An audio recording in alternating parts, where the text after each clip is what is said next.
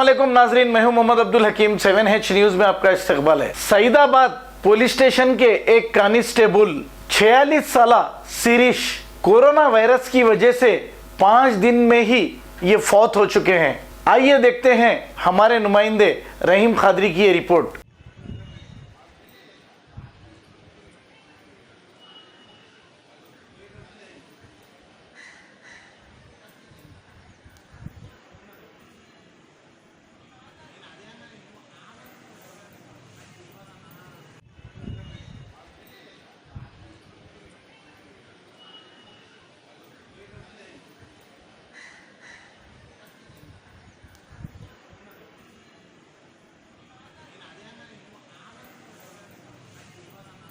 A1 township की एक और नई पेशकश।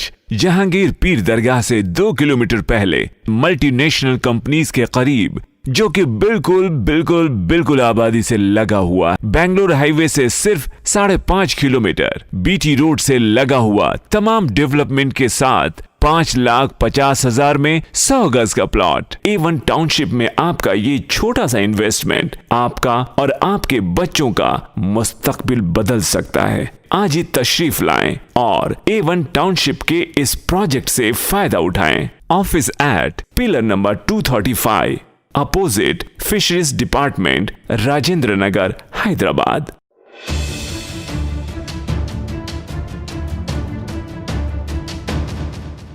खबर है शहर की, खबर है गाँव की, खबर है सारी दुनिया की। 7H न्यूज पसंद आए तो लाइक कीजिए, शेयर कीजिए और सब्सक्राइब करना ना भूलें। 7H news.